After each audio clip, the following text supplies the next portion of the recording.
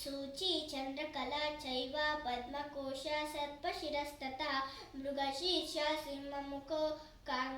काङ्गूलसलपद्मकः चतुरो भ्रमरश्चैव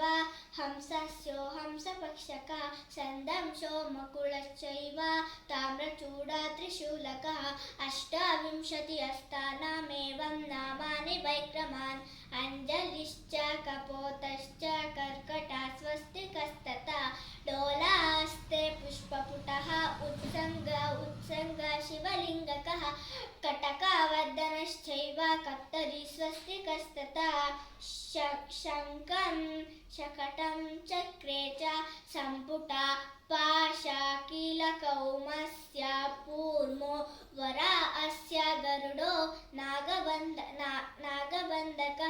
कट्वा वेरुण्डकाकश्च वैदतस्तथैव च चतुर्विंशतिसङ्ख्याताः संयुताः कथितकरः समम् उद्वोहितम् उल्लोकितं दुतं कंपितं च परावृत्तं उक्षिप्तं परिवाहितं नवदा कथितं शेषं नाट्यशास्त्रविशारदैः।